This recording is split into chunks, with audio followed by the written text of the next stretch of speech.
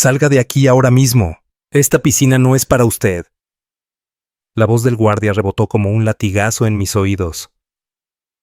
Sentí cómo se me helaba la sangre, a pesar del sol que quemaba la superficie del agua. Tenía los pies sumergidos en la piscina, los brazos apoyados en el borde, el rostro relajado. Hasta ese momento. El momento exacto en el que, una vez más, mi piel hablaba antes que yo. No llevaba camiseta. Solo un pantalón corto negro, gafas de sol, y el cansancio de una semana entera, negociando un contrato de 20 millones de euros con inversores suizos. Era sábado.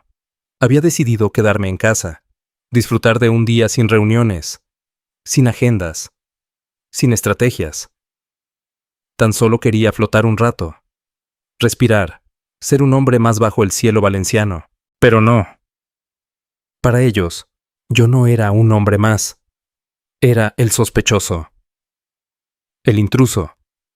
El error visual en su catálogo perfecto de vecinos rubios con apellidos dobles.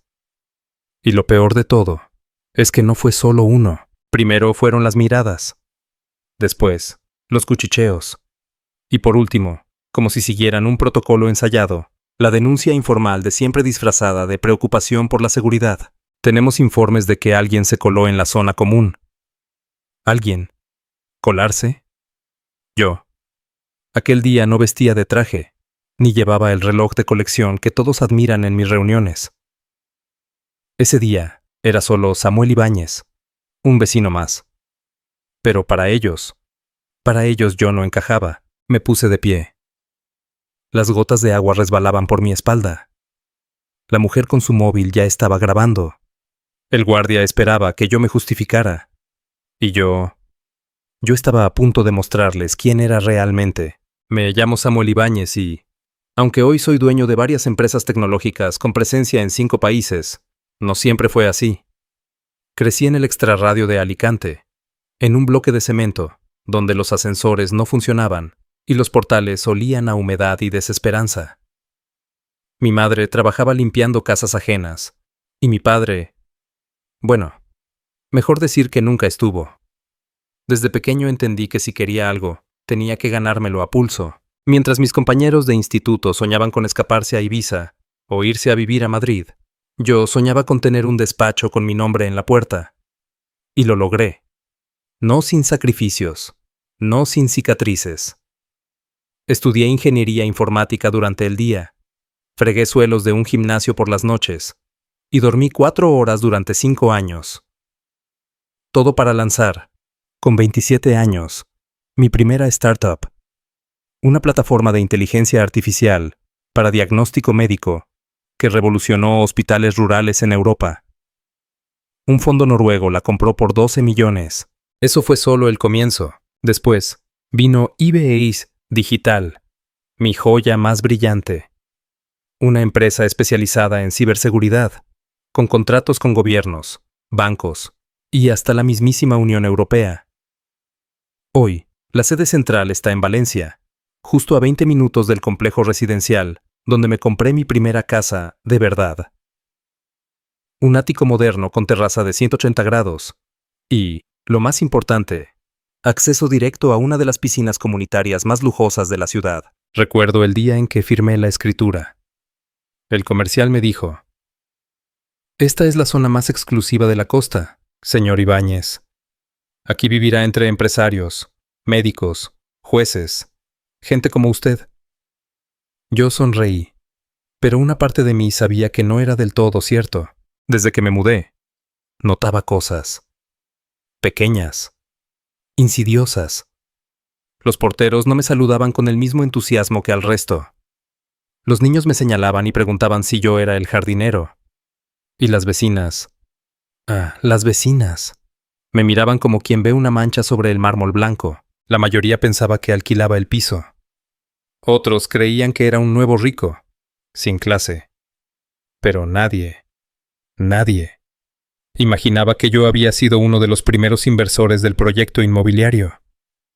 Que cuando ese lugar aún era tierra y renderizaciones 3D, yo ya había firmado cheques. Sin embargo, nunca dije nada.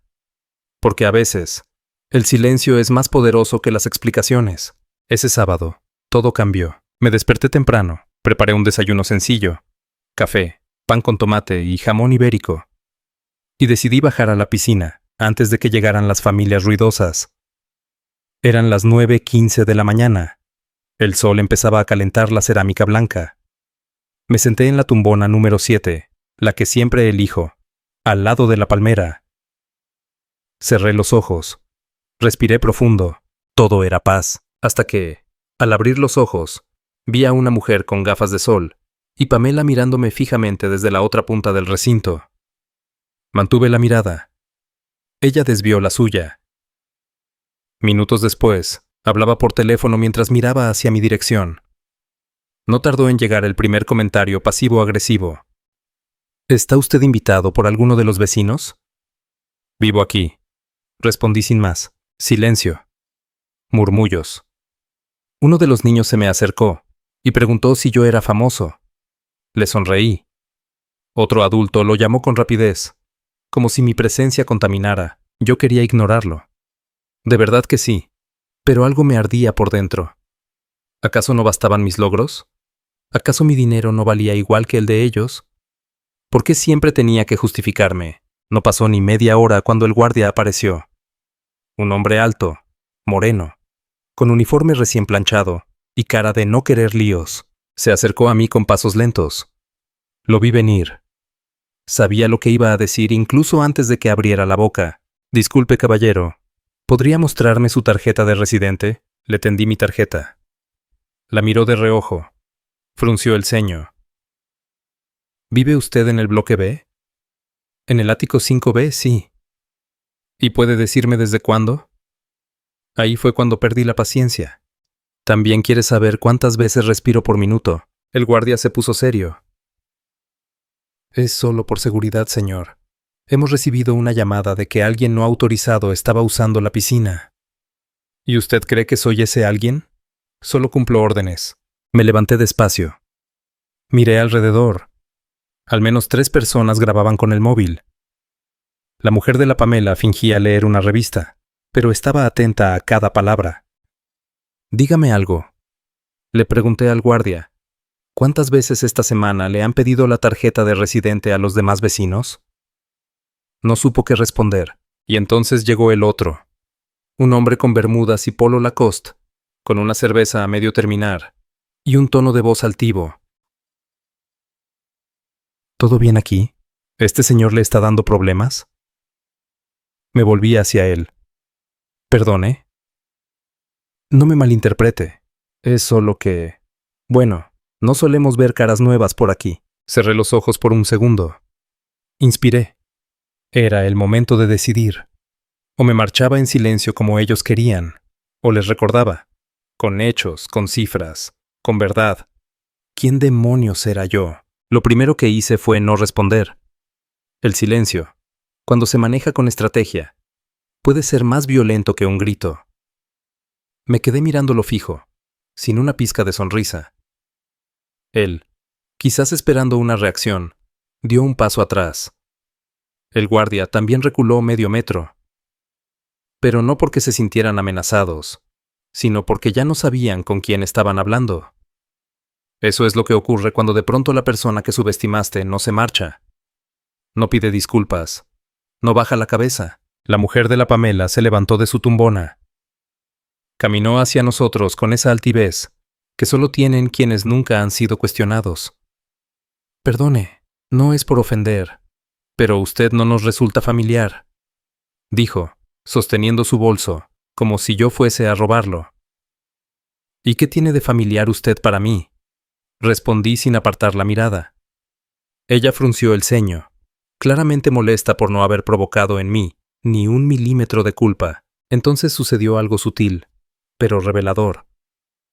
Un segundo vecino se acercó, uno que me había ignorado durante meses. Dijo algo en voz baja al guardia. Este asintió, sacó su walkie-talkie y murmuró algo casi ininteligible. Al poco rato, 2 hombres más de seguridad privada entraron en la zona de la piscina. ¿En serio? 3 guardias por un hombre tomando el sol, Uno de ellos me rodeó por detrás, como si temiera que fuera a escapar. El otro se colocó justo frente a mí, a la altura de los escalones de entrada al agua. Una formación perfecta, casi militar. Señor, por favor, acompáñenos a recepción para confirmar sus datos, dijo el nuevo. ¿Y si me niego? Pregunté, sin moverme ni un centímetro. Podemos llamar a la policía. Ahí lo entendí todo. Ya no era cuestión de seguridad. Era espectáculo. Un ritual. Un castigo público, por no encajar en su fantasía colectiva de quién merece vivir entre ellos. Y justo cuando estaba por replicar, sonó un pitido corto. El sonido agudo de una cámara de móvil comenzando a grabar. Alguien, en la esquina opuesta del recinto, había sacado su teléfono. Me apuntaba directamente. Esto se va a viralizar, escuché decir a una voz joven. El tipo ese lo van a echar por la tele. ¡Qué fuerte! Los 3 guardias seguían esperando. La mujer de la Pamela daba vueltas nerviosas. El hombre del polo Lacoste ahora fingía ver su reloj. Y yo, por dentro, ardía, porque no era la primera vez que pasaba algo así. Ni la segunda, ni la quinta. Una vez, hace años, intenté entrar en un club empresarial de Madrid. A pesar de ser socio fundador, me retuvieron en la entrada mientras verificaban mi afiliación. Otra vez, en París, un camarero me negó el servicio pensando que era chofer de alguno de los clientes. Incluso en conferencias donde era ponente principal, más de una vez me preguntaron, ¿usted viene a montar el equipo técnico? No lo decía, pero lo cargaba. Todo eso, todo ese historial de pequeñas humillaciones, se acumulaba en mi espalda como una mochila invisible. Y esa mañana, al pie de mi propia piscina, esa mochila empezó a pesar demasiado. Apreté los puños, pero no grité. No me exalté. Solo di un paso al frente y dije con voz firme, ¿saben qué? Perfecto. Vamos a recepción. Pero antes quiero llamar a alguien que, estoy seguro, podrá acelerar esta verificación que tanto les preocupa. Tomé el móvil. Marqué un número que no usaba desde hacía meses. Uno que, en circunstancias normales, solo se reserva para emergencias de relaciones públicas o crisis legales. Respondió a la segunda llamada. Samuel, ¿todo bien? Luis, necesito que les digas quién soy. ¿Quiénes? Los que intentan echarme de mi propia piscina. Hubo un silencio breve. Luego un suspiro. Pásame con quien sea necesario. Espera, dije, y activé el altavoz.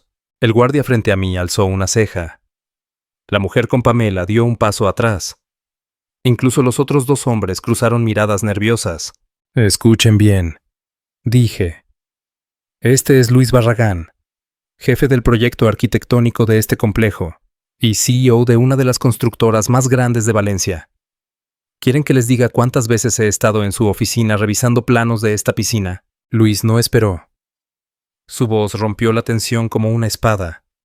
Pero están locos. Él fue el primer comprador del Bloque B, uno de nuestros inversores principales. Ese ático existe gracias a su dinero y sus ideas. El silencio que siguió fue absoluto. Podías oír las hojas de las palmeras moviéndose por el viento. Podías sentir el miedo, el arrepentimiento. Podías ver cómo los rostros cambiaban de arrogancia a vergüenza. Y aún así, no dijeron nada. Ni una disculpa, ni una palabra. Solo dieron unos pasos hacia atrás. Me dejaron solo. Y comenzaron a marcharse como si nada hubiera pasado. Pero la cámara aún grababa. Y la joven que sostenía el móvil murmuró, «Esto se va a ver en todo el país». Y tenía razón. Porque ese solo fue el inicio del terremoto. Lo que vino después fue mucho más grande, mucho más imparable. La noticia se desató como un incendio en campo seco. El video, grabado por la chica desde la esquina, apenas duraba 2 minutos, pero tenía todos los ingredientes para volverse viral. Un CEO negro, traje de baño simple, rodeado por guardias, miradas altivas, y una llamada que lo cambiaba todo. En menos de 1 hora, el clip estaba en Twitter, en TikTok, en grupos de WhatsApp de urbanizaciones y oficinas. El título era simple, efectivo y directo. Intentan echar a este hombre de su piscina. Escucha quién es. Lo vi por casualidad, mientras regresaba al ático. Iba descalzo, aún con el cuerpo mojado y los ojos llenos de rabia contenida. Me senté en el sofá y encendí la televisión, solo para encontrarme con mi rostro en pantalla. Un noticiero local ya hablaba del suceso. No daban nombres, pero las imágenes eran nítidas. Pocos minutos después, empezaron las llamadas. Primero fue Sandra, mi abogada personal. Samuel, ¿quieres que emita un comunicado? Esto va a explotar. Déjalo que explote. Luego fue Claudia, la directora de comunicación de IBX Digital. Los accionistas ya están preguntando si es real. ¿Qué les digo? Que es más real de lo que imaginan. Yo no planeaba hacer nada. En serio. Mi intención era dejarlo pasar. Un día más. Otro episodio más en el catálogo silencioso de microagresiones. Pero algo dentro de mí decía, ya basta. Esa misma tarde, me llamó un periodista de El País. Señor Ibáñez, ¿quiere dar su versión antes de que esto se convierta en otra cosa? La versión ya está en el video. No tengo nada que añadir. Aún. Y colgué. Pero la ciudad no colgó. La ciudad observó. Y reaccionó. Los comentarios comenzaron a inundar las redes. ¿Cómo pueden tratar así a alguien, solo por su color de piel? Esto pasa todos los días. Pero hoy tocó a alguien con poder. Bravo por ese señor, por no agachar la cabeza. Y también los otros, los habituales. Seguro se lo inventó para llamar la atención. Eso pasa cuando dejas entrar a cualquiera en zonas exclusivas. Mi buzón de correo se llenó en 24 horas. Cientos de mensajes de apoyo y otros tantos de odio. Pero hubo uno solo, que me hizo tomar una decisión. Era de una mujer llamada Alicia, madre soltera de Sevilla. El mensaje decía, mi hijo tiene 10 años y es el único niño negro en su clase. Ayer volvió llorando porque un compañero le dijo que no podía tener casa con piscina, porque los negros no tienen dinero. Hoy le mostré su video. Me pidió ver su empresa. Me preguntó si él podía ser como usted. Gracias, señor Ibáñez. No sabe cuánto lo necesitábamos. Ahí rompí. No de tristeza. De responsabilidad. Si yo callaba, ese niño pensaría que tenía que aguantar. Si yo hablaba, quizás no cambiaría el mundo, pero podría encender una chispa. Al día siguiente, convoqué a una rueda de prensa. En el salón principal de IBX Digital, frente a medios nacionales e internacionales, me puse de pie con traje oscuro y sin corbata. Miré directo a las cámaras y hablé sin temblar. El racismo no siempre llega con gritos o insultos. A veces llega vestido de seguridad, con sonrisa falsa y tono educado. A veces llega cuando decides tomarte un descanso en tu propia casa y te recuerdan que, para algunos, sigues siendo un intruso. Pero hoy, no estoy aquí por mí. Estoy aquí por cada niño que ha sentido que no pertenece. Estoy aquí por cada mujer que ha tenido que justificar su lugar en una sala. Estoy aquí para decir que ya no vamos a bajar la cabeza. El aplauso fue inmediato. Y también las consecuencias. El complejo residencial publicó un comunicado pidiendo disculpas públicas. Los guardias fueron suspendidos mientras se investigaba el procedimiento irregular. La mujer de la Pamela desapareció por completo de la piscina. Y mientras tanto, las acciones de IBX subieron un 8% en 2 días. No por lástima, no por victimismo, sino porque, por fin, la gente entendía que el liderazgo no solo se ve en las salas de juntas, también en los momentos en que decides mantenerte firme ante la injusticia. Pero no todo el mundo estaba feliz. En la sombra, algunos miembros del consejo comenzaron a murmurar. Demasiada exposición. Demasiado activismo. Demasiado ruido para una empresa que hasta ese momento siempre había volado bajo el radar. Uno de ellos incluso me lo dijo por teléfono. Samuel, esto te puede costar clientes. No todos están cómodos con esta narrativa. ¿Y tú crees que yo estoy cómodo aguantando lo de siempre en silencio? No lo digo por mal, solo piensa en el negocio. Yo soy el negocio. Y colgué, porque entendí, en ese instante, que no se trataba de elegir entre mi éxito y mi identidad. Mi éxito se había construido precisamente por no renunciar a quién soy. Y ahora era el momento de usarlo, no para destruir, sino para transformar. Ese día, la piscina ya no era un lugar para descansar. Era el escenario de un despertar, y yo no pensaba volver a sentarme en la orilla con los pies en el agua. Pensaba sumergirme por completo y hacer olas. Una semana después, recibí una carta certificada. Venía sin remitente, con una letra pulcra y sin una sola emoción escrita en el sobre. Al abrirla, encontré una invitación formal para una reunión extraordinaria del comité vecinal. El asunto: delimitación del uso de espacios comunes y revisión de protocolos de acceso. No me sorprendió. Esa era la manera elegante de decir: vamos a ver cómo hacemos para que esto no vuelva a pasar. Pero sin pedir perdón, decidí asistir. No porque necesitara su aprobación, sino porque quería mirarles a los ojos. Quería ver hasta dónde llegaba su vergüenza o su terquedad. El salón comunitario estaba más lleno que nunca. Normalmente esas reuniones no atraían a más de 10 personas. Aquella noche éramos más de 40, todos sentados en semicírculo, con caras tensas, silencios cargados y una incomodidad flotando como humo espeso.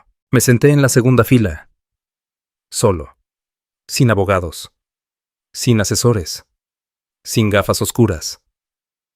Quería estar presente como Samuel, el vecino, el hombre que simplemente había querido disfrutar de un sábado de sol. La presidenta del comité, una mujer rubia de unos 60 años con nombre de marquesa, abrió la sesión con voz temblorosa. Estamos aquí para aclarar ciertos malentendidos ocurridos recientemente. No fueron malentendidos. La interrumpí. Fueron decisiones conscientes, basadas en prejuicios. El silencio fue absoluto. Algunos carraspearon. Otros bajaron la vista. Pero nadie me contradijo. No buscamos culpables, continuó ella, con el rostro enrojecido. Solo queremos revisar los protocolos para que todos los residentes se sientan seguros.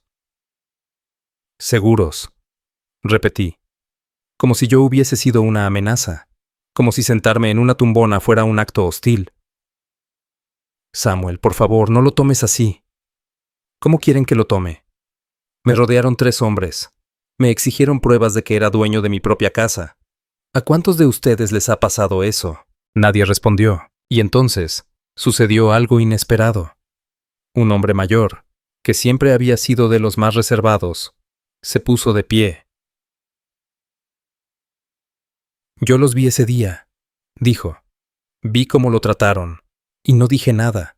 Me quedé callado porque no quería problemas, pero me avergüenzo, porque si eso le pasa a él, nos puede pasar a cualquiera. Su confesión fue como una grieta en un muro que parecía impenetrable. A partir de ahí, otros comenzaron a hablar, uno a uno. Mi nieto me preguntó por qué echaban al señor Samuel si él vivía aquí. Mis empleados comentaban el video y me dio vergüenza no haber intervenido.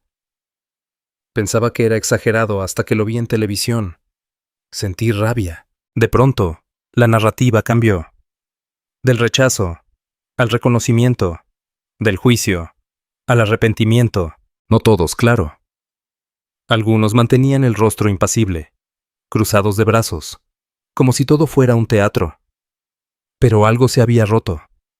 Y cuando algo se rompe, hay 2 opciones: esconder los pedazos o construir algo nuevo. Tomé la palabra una vez más. No quiero que nadie sea despedido. No estoy buscando castigos. Estoy buscando comprensión, justicia, dignidad. Quiero que mi presencia aquí no sea tema de conversación, sino algo natural. ¿Y qué propones?, preguntó la presidenta. Formación obligatoria sobre discriminación. no solo para el personal de seguridad, sino para todos los que gestionan este lugar. ¿Y si nos negamos? Entonces haré público cada correo, cada grabación, cada palabra que no dijeron esa mañana. Hubo un murmullo tenso. La amenaza era real, pero no me tembló la voz, porque ya no hablaba solo por mí. Hablaba por todos los que alguna vez fueron apartados de un lugar que les pertenecía. La votación se hizo esa misma noche. 29 a favor, 8 en contra. El acuerdo quedó firmado. Y yo salí del salón con el corazón latiendo como tambor de guerra. Pero el verdadero giro no ocurrió allí. 2 días después, recibí una llamada del Ministerio de Igualdad. Habían visto el video. Querían invitarme a participar como embajador en una campaña nacional contra la discriminación estructural. Al principio dudé. Mi empresa requería atención. Mis proyectos estaban en plena expansión. Pero luego recordé al niño de Sevilla, a Alicia, su madre, y acepté. Una semana más tarde, estaba en Madrid, frente a una cámara de televisión, diciendo, no importa cuántas empresas fundes, cuántos premios ganes, cuántos millones tengas. Siempre habrá alguien que crea que no perteneces, solo por cómo luces. Pero esa creencia es su error, no el tuyo. No lo olvides. El video fue compartido por celebridades, periodistas, políticos. IBX Digital se convirtió en sinónimo de innovación y de conciencia social. Me invitaron a foros, a escuelas, a universidades. Y en cada lugar, repetía lo mismo. El respeto no se gana con logotipos ni con dinero. Se exige con presencia, con verdad, con dignidad. Volví a Valencia un viernes por la tarde. Era verano. Y por primera vez desde aquel sábado, decidí bajar a la piscina. No llevé escolta. No llevé cámaras. Solo mi toalla. La tumbona número 7 seguía allí. Me senté. Cerré los ojos. Y sentí, por fin, que el agua no solo refrescaba la piel, refrescaba la historia. Pero no todos sabían dejar el pasado atrás. Aquel aparente cambio de actitud, esa armonía repentina y fingida que flotaba entre saludos forzados en el ascensor y silencios educados en el parking, tenía grietas. Pequeñas, pero constantes. Como gotas que horadan la piedra. Una mañana, al salir de casa rumbo al aeropuerto, tenía una charla en Lisboa con directivos de banca europea. Encontré un sobre anónimo en la puerta de mi ático. Dentro, una nota escrita a mano con letras mayúsculas desiguales. No basta con tener dinero para ser uno de nosotros. No te confundas, nada más. Ni firma, ni amenazas explícitas. Solo ese tono venenoso disfrazado de advertencia. La dejé sobre la mesa de la cocina sin abrir siquiera el segundo café. No por indiferencia, por costumbre, porque las amenazas anónimas son la estrategia de los cobardes. Y yo, a estas alturas, ya no les temía. Durante los días siguientes, otros signos de resistencia empezaron a surgir. La presidenta del comité vecinal presentó su renuncia por motivos personales. La mujer de la Pamela nunca volvió, pero alguien dejó caer que se había mudado, temporalmente, al norte. Los 3 vigilantes suspendidos fueron reemplazados por otros más jóvenes, con mejor preparación, pero miradas cargadas de tensión cada vez que cruzaban conmigo. Y sin embargo, había una parte de mí que ya no se quebraba, porque algo más profundo se estaba cocinando. Un domingo por la tarde, en plena reunión con mi equipo de desarrollo, recibí una llamada de una de las fundaciones educativas a las que había donado parte del dinero de la última ronda de inversión. Samuel, necesito que lo escuches tú directamente, me dijo la directora. ¿Qué pasa? Hay un joven en Zaragoza. Tiene 15 años. Nos ha mandado una carta y un proyecto. ¿Un proyecto? Un algoritmo para detectar lenguaje racista en redes sociales en tiempo real. Dice que lo inspiraste tú. Me quedé en silencio. ¿Quieres leer la carta? No. Quiero conocerlo. Y lo hice. Una semana después, viajé a Zaragoza y conocí a Nahuel, un chaval flaco, de ojos grandes, con la misma mirada que yo tenía a su edad. Ambición sin pedir permiso.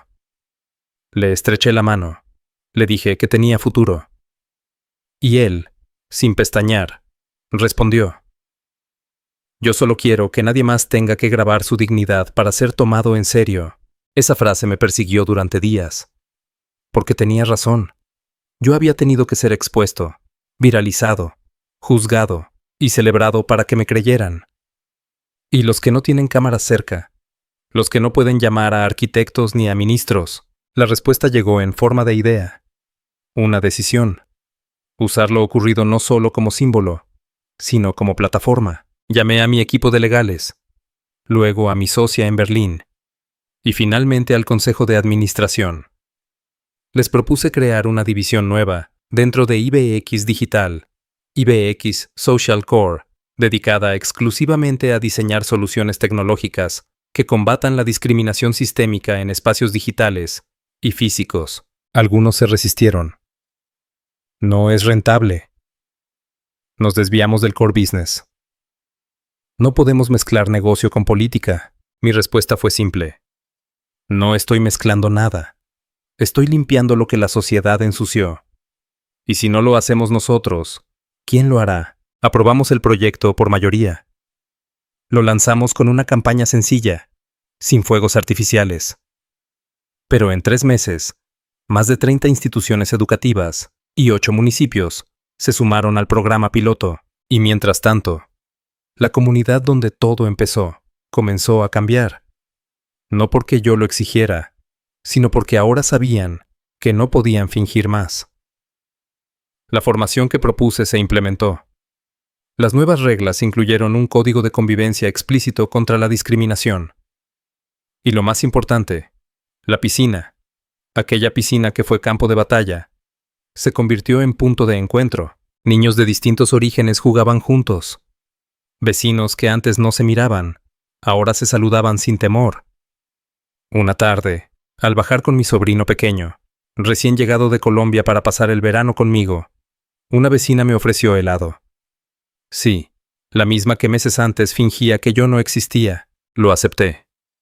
No por el helado, por el gesto, porque a veces el cambio no llega con grandes discursos. Llega con una cucharada de vainilla y una sonrisa tímida. Pero no todo quedó allí. Una noche, en una cena de gala organizada por la Cámara de Comercio de España, fui invitado como orador principal. Al finalizar mi discurso, uno de los asistentes se acercó. Era el mismo hombre del polo Lacoste. No llevaba cerveza. Llevaba una copa de vino blanco y una cara más serena. Samuel. Sí. Solo quería decirte que ese día actué como un idiota. Lo sé, y que ahora sé quién eres. Pero no por tus millones, por lo que hiciste después. Le di la mano. No porque lo necesitara, sino porque entendí que al final, las lecciones verdaderas no se dan con discursos. Se dan con presencia, con persistencia, con humanidad. Un año después, una mañana de julio exactamente igual a aquella en que todo comenzó, bajé nuevamente a la piscina. Era temprano. El sol apenas comenzaba a colarse entre las ramas de las palmeras. Llevaba el mismo pantalón corto negro, las mismas gafas de sol. Pero yo ya no era el mismo. Me senté en la tumbona número 7. El sitio ya no estaba manchado por la sospecha ni el prejuicio. Ahora era un símbolo. A lo lejos, un niño jugaba con un balón amarillo. Una mujer mayor, la misma que antes me ignoraba, le pedía que tuviera cuidado con la toalla del señor Samuel. Sonreí. No por orgullo, por alivio. Porque a veces, el verdadero poder no está en conquistar mercados, sino en transformar rincones cotidianos. Mientras escuchaba el sonido del agua, mi mente viajaba a todos los rostros que me había cruzado este último año. El de Nahuel, en Zaragoza, con su algoritmo y su sed de justicia. El de Alicia, la madre sevillana, que ahora trabajaba en un centro social apoyado por IBX Social Core. El de mi madre, que aún limpiaba su propia casa, como si no supiera que tenía derecho a descansar.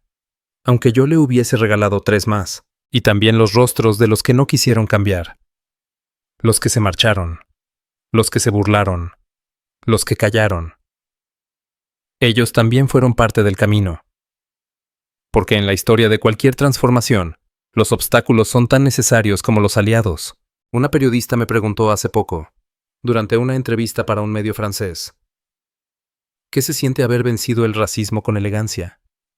Y le respondí, no lo vencí, lo enfrenté, lo desnudé, lo expuse, pero sigue ahí, en cada mirada que juzga, en cada silencio que aprueba, solo que ahora no me asusta, porque entendí que el miedo nunca desaparece por completo. Lo que cambia es tu manera de pararte frente a él, con la espalda recta, la voz firme, y la historia de tu lado. Hoy, cuando camino por la comunidad, los niños me saludan como si fuese un personaje de cuento. Los adultos ya no me preguntan si vivo aquí. Me preguntan si tengo 5 minutos para tomar un café. Y la piscina, esa piscina que antes fue frontera, ahora es puente. Hace unas semanas, organizamos allí el primer encuentro comunitario multicultural del barrio. Participaron familias de 5 nacionalidades. Se habló en 4 idiomas distintos. Y todos compartieron la misma agua sin miedo, sin juicio. Fue la primera vez que vi lágrimas en los ojos de algunos vecinos. Lágrimas honestas, no de culpa, sino de reconocimiento. Y yo, sentado en el borde, con los pies colgando, pensé, esto no lo logré como CEO, lo logré como hombre, como ser humano que se negó a aceptar el lugar que otros le asignaron, porque al final, la lección más poderosa que aprendí no tiene que ver con inversiones, ni con campañas virales, ni siquiera con activismo.